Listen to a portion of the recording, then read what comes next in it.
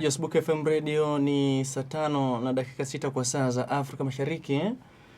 Ni muda mwingine mzuri zaidi ambao umeandaliwa na Mungu, lakini pia ni kwa makusudi yako mwanadamu popote pale ulipo.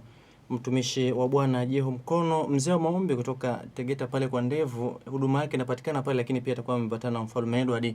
Wameshaingia hapa studio zetu za Sbuku FM Radio. Lengo ni moja tu, ni kwamba wanakufikishia kila ambacho wametumwa na Bwana Yesu Kristo wa Nazareti. Jina langu naitwa Bruno Francis. Basi niwakaribishe moja kwa moja watumishi wa Bwana ili waweze kukutangazia habari njema kutoka kwa Yesu. Karibu mtumishi wa Mungu Jeho. Asante sana ndugu mtangazaji wa zamu. Mungu akubariki kwa kazi njema ya ujenzi wa ufalme wa Mungu, lakini pia ujenzi wa taifa letu la Tanzania. Amina. Mungu akutunze Bwana Bruno. Amina.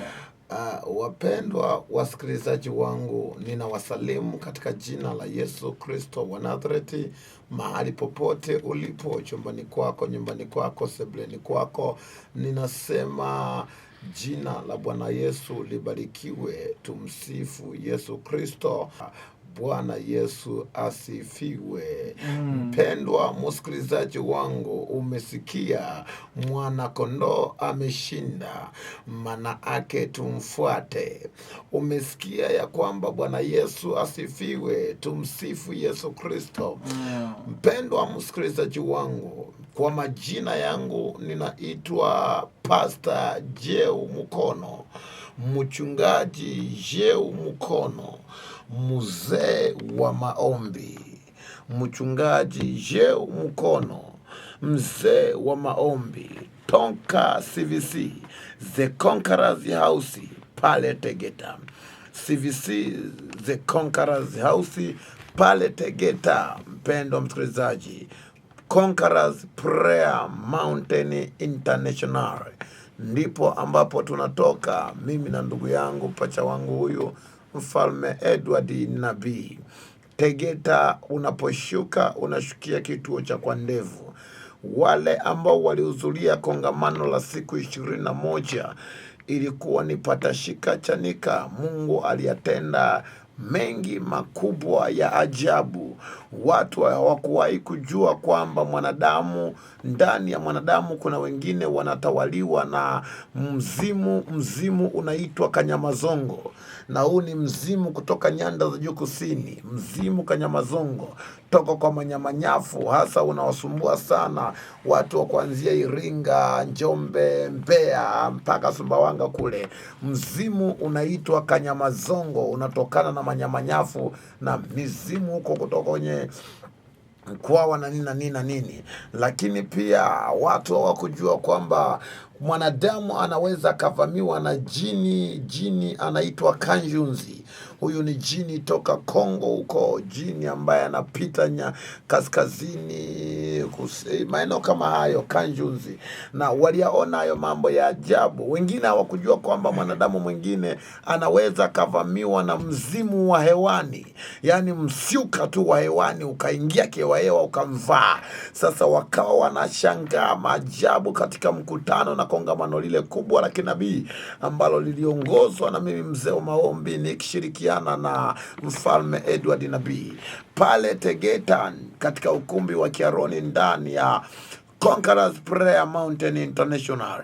Kwa hiyo mpendo wa msikilizaji wangu, walishangaa kuona watu wakidondoka, hawaachwi chini, wanahangaika na mapepo, wanabebwa juu kabisa, alafu wanaona ule mzimu unahangaika. Lakini hawakujua kwamba mwanadamu anaweza kaingiliwa na nyoka na ule mkia wa nyoka kaanza kumsumbua. Wakaona vile nyoka anavyokanyagwa pembeni mkia, mtu kule anahangaika, kichwa kinakanyoga cha nyoka kule, mtu kule anahangaika. Haya ni mambo yote ambayo Mungu wa mbingu na nchi amekuwa anayatenda. Tumepata shuhuda mbalimbali kwa dada wakina mama ambao waume zao walikimbia, na baada ya maombi waume zao wamerudi.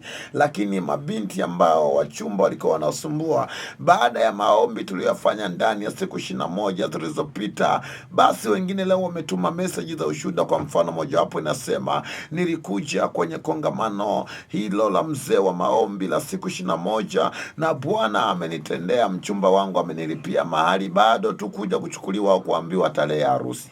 Hii ni jambo la kumtukuza Mungu sana sana. Tokwa na damu mfululizo, vitu vya ajabu, magonjwa yasiyosikia dawa, visukari, vitu gani. Bwana wa majeshi amewasaidia. Wengine walikuwa wanazingirwa na kutawaliwa na majini kuwasha. Kumbuka wewe unayewashwa mwilini, kuna majini kuwashwa, kuna nini. Sasa hivi vitu vyote lazima ukutane na sisi wazee. Wazee ndio tunajua jinsi gani ya kumaliza kesi zilizoko katika maisha yako. Kumbuka tunapatikana Tegeta katika ukumbi wa Kiaroni. Tegeta ukumbi wa Kiaroni. Mpendwa msikilizaji wangu, kwa hiyo kwa namna moja au nyingine, na wewe unateseka na tatizo lolote, unasumbuliwa na tatizo lolote, unaweza ukapiga simu kwenye 0744 62 dakika hii. Piga simu ili tuweze kusikilizana, na tuma message yako kama ni ya ushuhuda Mungu amekutendea au unataka pia utendewe jambo fulani. 0744 62.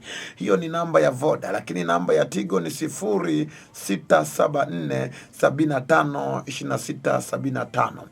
0674 752675. Hiyo ni namba ya Tigo. Unaweza ukapiga na ukatuma message saa hii tu, na hakika ujumbe wetu wa leo unasema jicho la Bwana limekuona. Wewe mgonjwa, jicho la Bwana limekuona. Wewe unasumbuliwa na tumbo, jicho la Bwana limekuona. Wewe ambaye kichwa chako kinasikia maluelue, unasikia kizunguzungu, jicho la Bwana limekuona. Wewe ambaye unateswa na ndoto, vitu vya ajabu, jicho la Bwana limekuona. Wewe ambaye umezurumuliwa fedha yako, umetapeliwa, wewe ambaye umefanyiwa ulaghai, jicho la Bwana limekuona. Wewe ambaye unatafuta kazi, japo serikali ajira zimesimama, lakini jicho la Bwana limekuona. Ajira kwenye makampuni utapata.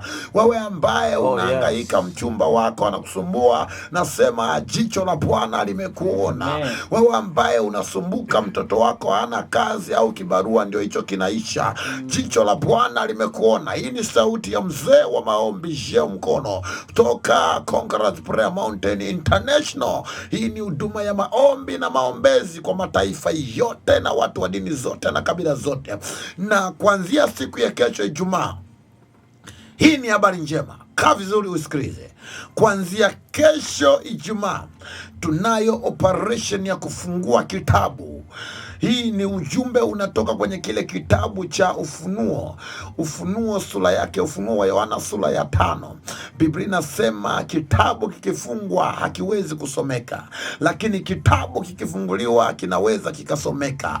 Wewe ambaye maisha yako yamekuwa hayafanikiwi, hayaendelei, biashara haziendelei, wala kazini upandi cheo, wala uinuliwi, wala mshahara, manake kitabu chako kilikuwa kimefungwa. Hivyo ulikuwa hausomeki, hivyo ulikuwa haueleweki, hivyo ulikuwa haung'ari. Lakini kitabu kitakapofunguliwa, lazima mwanangu bosi ya kuone, lazima mama, baba, kijana, mambo yako yabadilike, na Mungu ni Mungu mwenye nguvu ya kubadilisha. Hivyo tutakuwa tunashughulikia hayo mambo. Lakini pia katika kitabu kile cha Matendo ya Mitume sura yake ya 6 tumesoma habari za Stefano. Huyu ni mtu ambaye alizalaulika, akaitwa, akapewa cheo cha kuwa shemasi. Kumbe yeye ndani yake kulikuwa na neema zaidi ya shemasi. Oh my God. Inawezekana na wewe wamekufanya kuwa mfagizi wa ofisi, ndio unawapigia deki na wao wanapita. Hawajajua ya kwamba una neema zaidi ya ushemasi, una neema zaidi ya kupiga deki. Uko umeachiliwa benki, umeajiriwa kwenye kampuni, lakini wamekupa kazi ya kuwapigia deki na kuwapikia chai. Hawajui ya kwamba ndani yako kuna neema zaidi ya kupika chai, zaidi ya kupiga deki. Huyu ni Stefano.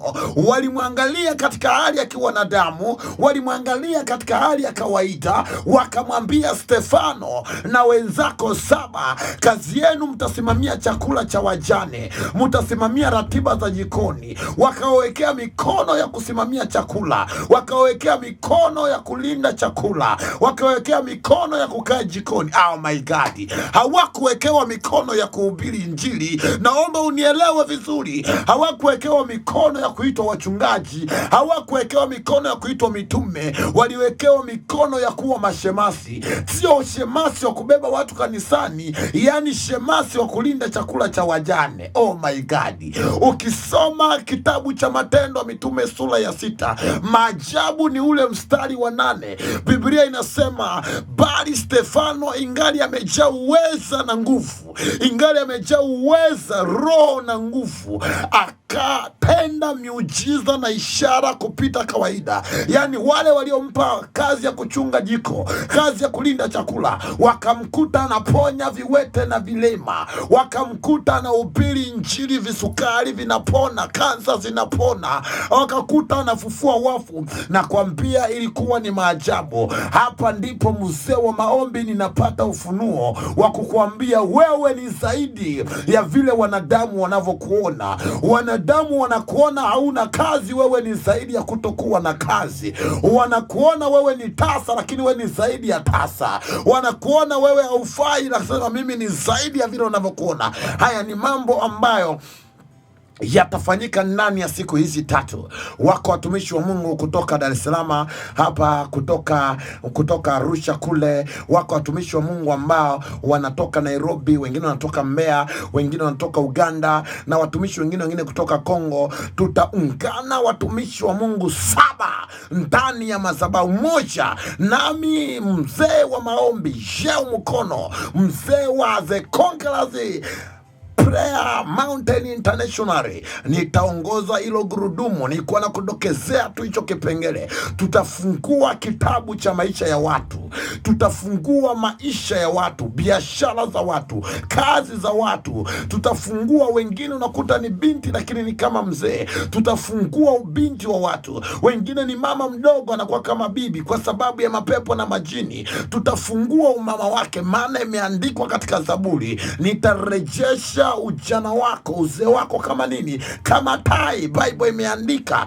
Kwa hiyo kuna mambo yatatukia mengi sana hapa. Wale watu ambao ni vibogoyo, meno hawana, wataoteshwa meno kwa upako na neema ya Jehova aliye hai. Wale matumbo yao yasiokamata mimba na kuzaa, ndiposa Jehova atafanya ultrasound ya kwake mwenyewe na kusafisha hiyo mirija ya uzazi, mafuta yakaondoka, kizazi, mfuko, sijui mdomo wa uzazi ulikuwa umeinama, si umefanya nini? Hicho chungu cha kubeba mimba mwanangu kitainuliwa katika jina la nani? La Yesu. Hapa ndipo watu watakapofutiwa madeni wanaodaiwa, iwe ni kwenye vikoba, kwenye mabenki, iwe ni kwa watu binafsi. Hapa ndipo maajabu yatakapotendeka.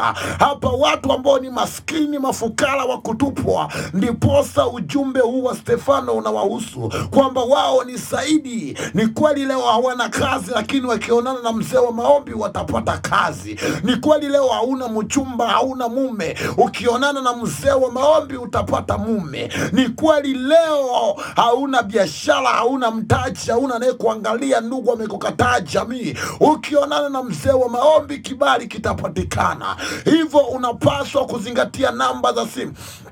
Ni operation kubwa ambayo tutakuwa tunaifanya kuanzia siku ya kesho. Hizo ni siku 3 zinaitwa triple anointing. Triple anointing.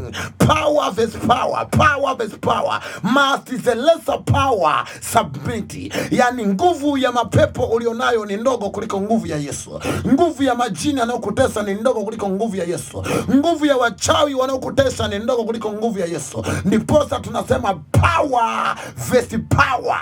Yani nguvu zikionana na nguvu, lazima nguvu ndogo iweze kutii amri. Hapa ndipo utakapopata kile kitu kinasema, simba kabila la Yuda akiunguruma, wachawi wanafyata mkia, waganga wanafyata mkia, magonjwa yanaanza kuondoka kwenye damu za watu, kwenye matumbo ya watu, kwenye mikono, kwenye sura za watu, majini kuwasha, kanyamazongo, kanjunzi, vyote vinaanza kuondoka, mikosi, nuksi, balaa vinaanza kuondoka, mandoto mabaya na kila kitu kinaanza kuondoka kwa upako wa jina la Yesu. Hivyo endelea kuandika message na kutupiga simu yako 0744 62 62 62 au 0674 75 hiyo siku ya kesho. Operation ya kuonana na mtu moja moja ni kuanzia saa 7 za mchana mpaka saa 9.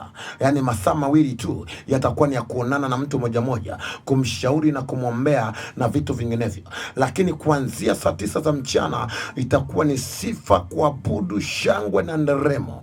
Na inapofika majira ya saa 10 ondoti, basi itakuwa ni operation shambulia. Hawa wachungaji, manabii, mitume na pamoja na mzee wa maombi mwenyewe wataanza operation zao saa 10 mpaka saa 1 za jioni. Hivyo hata wewe unayetoka kazini saa 11, panda gari utawahi mpaka saa 1 za jioni. Tutakwenda mpaka saa 1 za jioni, hata na dakika chache, maana ni operation kubwa. Nasema hata kama umekufa lazima ufufulike. Hata kama umeoza, nasema unanuka kama ilivyotokea kwa Lazaro. Tutasema tu ondoa jiwe, amke aliyelala, na tutamwamsha aliyelala katika jina la nani? La Yesu Kristo wa Nazareti. Hata kama unanuka kwa madeni, unanuka kwa magonjwa, unanuka kwa afya mbaya, unanuka kwa jambo lolote, mbele za damu ya Yesu na nguvu ya jina la Yesu, madamu tu utoke ulipo, ufike Tegeta, kituo cha daladala kinaitwa Kwa Ndevu.